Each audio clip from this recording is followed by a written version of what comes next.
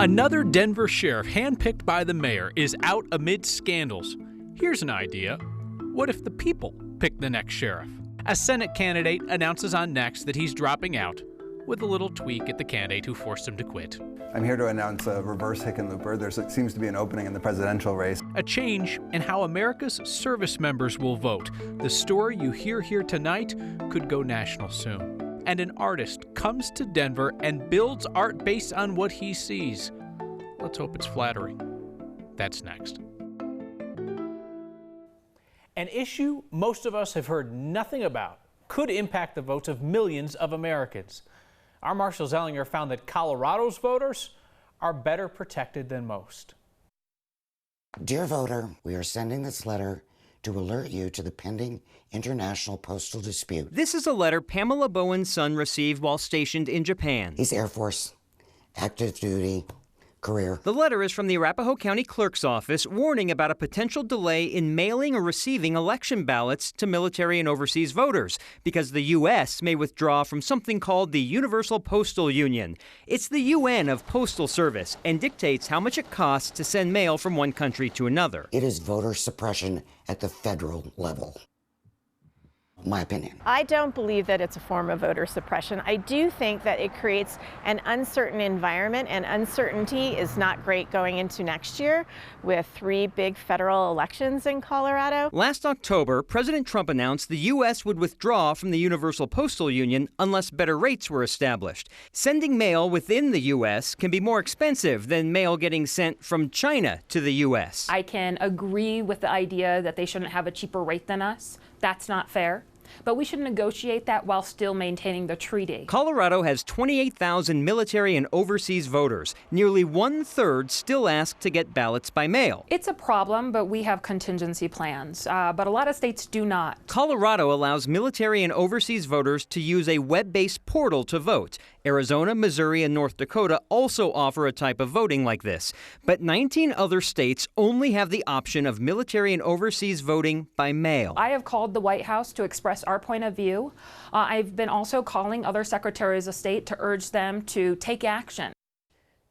To vote the web portal in Colorado, you need to tell the state your email address. Well, there's about 700 voters right now that don't have their email address known by the state. That's why these letters are going out, just in case those voters don't have the correct email address or an updated email address so that they can vote if the mail-in ballot is going to be an issue.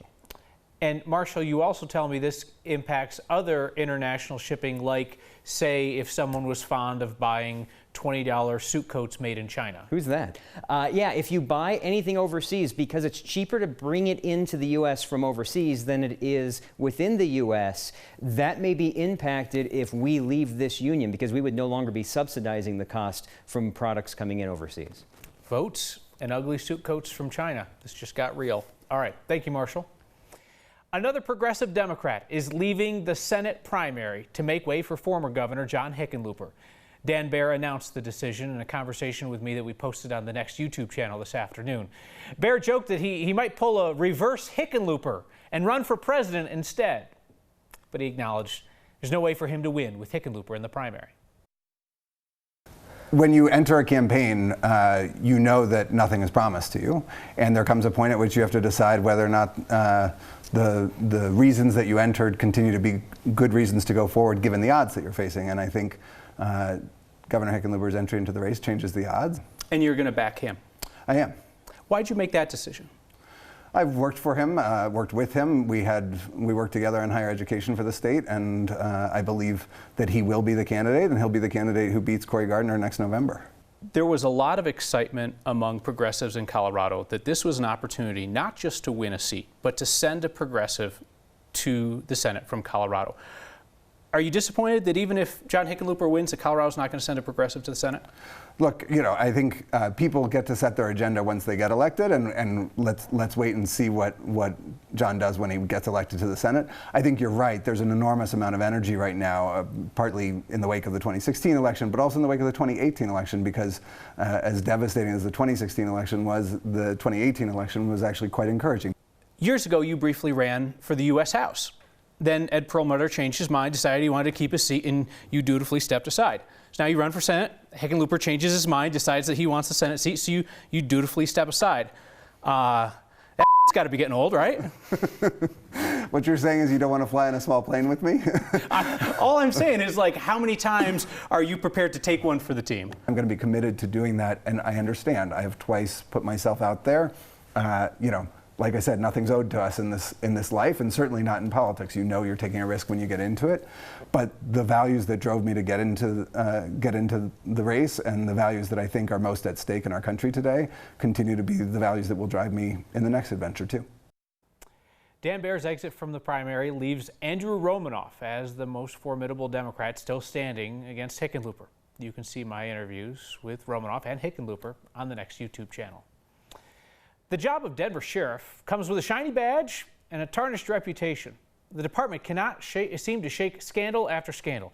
The abuse and deaths of inmates, alleged mistreatment of women who work there, a female prisoner suing for being forced to give birth in her jail cell. Voters would have some real questions if people were running for sheriff. But only one man decides who gets to be sheriff, and that's the mayor. Our Steve Steger looks at why. She has 30 years of experience. Fran Gomez will be the first woman to lead the Denver Sheriff's Department in its history. Gomez will serve in an interim role until the mayor appoints a new sheriff. Yep, another appointment. That's how it always works. A lot of people don't know that we don't have an elected sheriff. We wondered why Denver is one of the only counties in the state with an appointed rather than an elected sheriff. It's weird, like a lot of Denver things. Brian Trembath is a researcher at the Denver Public Library. It's kind of the result of late 19th century and early 20th century political corruption, and an attempt to knock that down. He says at the turn of the 20th century, fire and police boards mostly made decisions like that, and they were notably corrupt. So when Denver became a home rule municipality, it put the sheriff's office into the hands of the mayor's office and a director of public safety in an effort to ease corruption. The manager of safety is still a pretty powerful position, arguably as powerful as those boards, or more so, and of course less corrupt. And Trembath says to his knowledge, no one's pushed hard for an elected sheriff in Denver until now. That would take a vote of the people. And Lisa Calderon, chief of staff for Denver City Councilwoman Candy C. DeBaca, has argued for years that Denver should elect its sheriff. Right now, the sheriff is only accountable to a party of one, and that's the mayor. Now her boss plans to ask City Council to ask voters that same question next year, an idea already being snubbed by the man in charge of public safety. Personally, I will share with you that I think that there's a lot of potential issues with that if that is an elected position. And we can talk further about that at some later date. So you may be sitting out there wondering, what about the city and county of Broomfield? There is a police chief there who is also the ex officio sheriff, meaning there is no sheriff's department, but he serves as the sheriff in terms only. Calderon says her boss will present this to council later this month. If council approves, the voters could see referendum in 2020. Reached out to the mayor's office. They did not seem very eager to talk about this proposal. They didn't seem super jazzed about asking if we should take that power away from the mayor? Neither did the public safety director, Troy Riggs, there. But you see, he said that would be up to the mayor. Really, it would be up to the council and the voters whether or not they want to put this on the proposal. But it's all a home rule municipality thing. That was the reason. I Googled this today because I was curious, couldn't find an answer. So we finally got an answer. Denver has gotten interesting over the last 3 to 6 months with this new council. This is, well, interesting is a word for it. We'll watch it. Thank you, Steve. There's one Coloradan that I guarantee will not be watching the Democratic presidential debate tonight, and that is Senator Michael Bennet, because he's not in the debate. He's not on the stage in Houston, so he's going to head to Iowa where he will campaign, and he will be watching on TV as his better polling competitors debate. Ben's been a busy guy. He even missed the opening of his own national campaign headquarters in Lakewood, but it was pretty understandable. His campaign spokeswoman said he had to be back in Washington at that time. He had work to do. The Senate was in session. Tonight's edition of Presented Without Comment is a campaign photo op where former Governor John Hickenlooper encountered something called a pizza. What do you suppose he's going to do with that fork? I also have questions about why he is holding the knife and fork like he's Wile E. Coyote.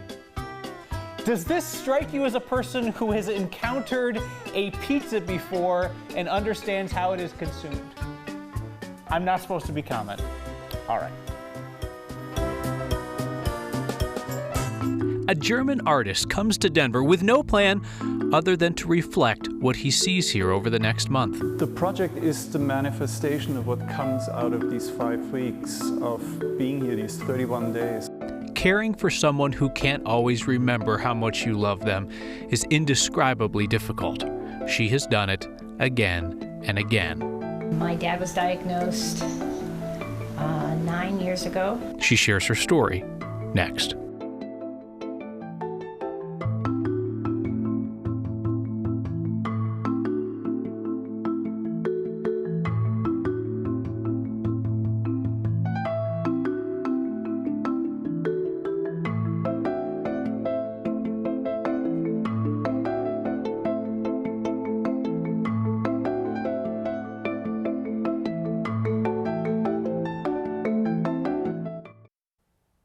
A taste of fall on this beautiful summer day. Crystal clear blue skies and temperatures comfortable in the 70s for much of the afternoon. As a matter of fact, our high of 76 is just shy of the average, and we will be warmer than that average number of 80 for the next few days. Tracking some powerful thunderstorms off to the east of us, wrapping around low pressure. The line of storms around Minneapolis, Omaha, St. Louis, Chicago, Oklahoma City will impact those traveling out of Colorado eastbound tomorrow for maybe a weekend getaway that does not include Colorado, which I don't know why you would want to leave. It's so beautiful here. And coming up, you're going to love the weekend. Fair skies and 49, so kind of a chilly night. Tomorrow, sunny and 80.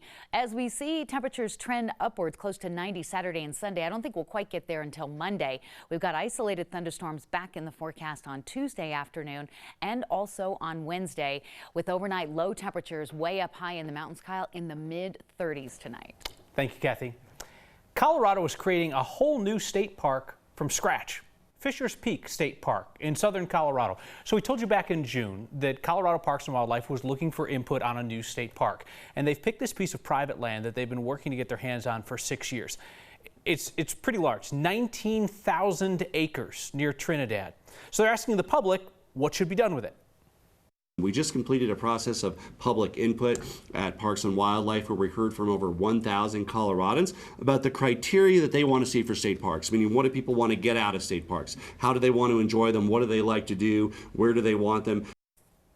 Colorado Parks and Wildlife says people ask for what you would expect they'd ask for. Areas to camp, mountain bike, hunt, place to get on the water. Their big concerns that they heard were parking and entry fees, along with accessibility for people with disabilities. Man, New Mexico just keeps roasting us over this green chili thing.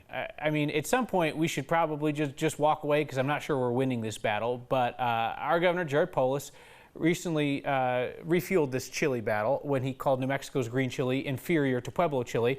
So then New Mexico had the TV ad. Now there are stinking billboards in downtown Denver. That one is at 8th and Lincoln. There's another one at 20th and Lincoln. We're getting rocked on this, people. At some point, you know what? Just give New Mexico something. 5 million Americans have Alzheimer's. The disease has touched a lot of families, and there are some families that have been impacted again and again. Here's Lori Lizarraga. Kelsey Eicherman is familiar with Alzheimer's. Both her parents were diagnosed. She recognizes the symptoms. And you see things that are burned, and you see things that are in the wrong place. In 2016, Kelsey saw those symptoms again in her mother-in-law. And Betty, how old are you, if you don't mind me asking? You're 84. What? 84. 84? 84? When Betty required more help, Kelsey became Betty's caregiver. Anytime I need something and I call her and she comes running. In unexpected ways, this difficult disease has brought them closer. So when the man who made them family passed away this summer, their bond to him and to each other keeps them going.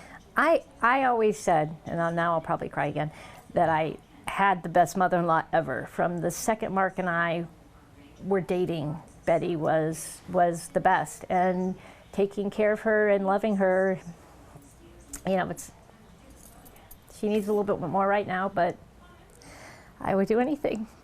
For Next, I'm Lori Lizarraga. Betty will be at the Walk to End Alzheimer's this Saturday at City Park. Denver's event, linked up with the others across America, make up the world's largest event to raise awareness and funds for Alzheimer's support and research. An international artist comes to Denver with an open mind and a clean slate. And you people are so predictable. One little dusting of snow in the high country and you're ready to go skiing. And your car's ready too. That's next.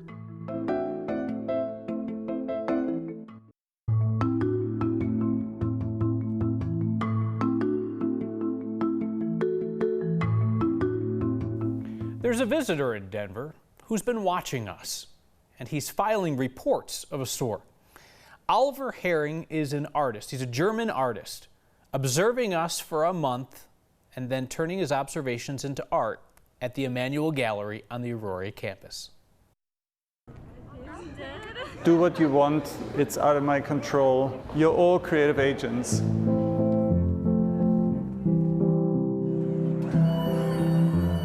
I think art, contemporary art, it's a great platform for people to express themselves through. My name is Oliver Herring. I'm an artist and I like working with people, and that has sort of become the heart of what I do. Yay! Superstars.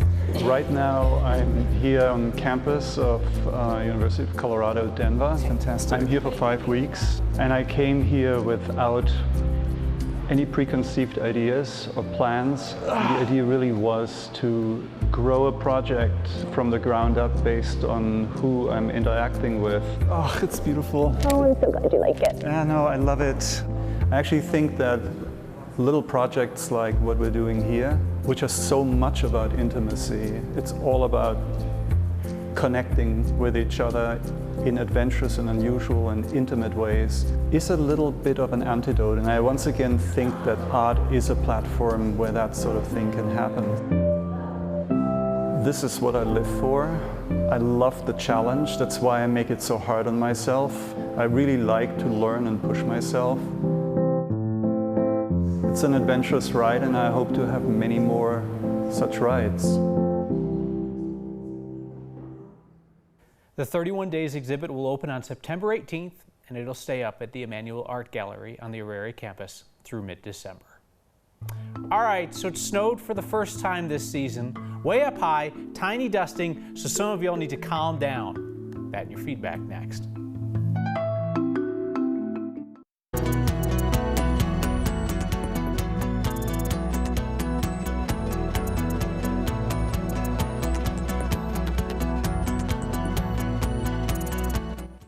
The most Colorado thing we saw today is anticipation. Tiny little dusting of snow and somebody's got their snowboard out. That actually might not be a functional snowboard anymore. That might just be somebody's front bumper that's always out. Unclear. Next viewer Don McDonald saw this today at King Soopers and Highlands Ranch. It made Don smile. He thought it would make the rest of us smile, and he was right. Send us the pictures to get your attention, #HeyNext, or email them to us next at 9news.com. AJ writes in about Dan Baer being the latest Senate candidate to drop out. For progressives trying to stop Hickenlooper, AJ says this is probably good because the only way that it happens is a one-on-one matchup with a single more progressive option. You're probably not wrong about that, AJ, but Hick's polling lead is still pretty impressive. Ed writes about Hickenlooper and the pizza. I eat pizza with a knife and fork. I have no issues with those who don't. I can't vote for you, Ed. See you next time.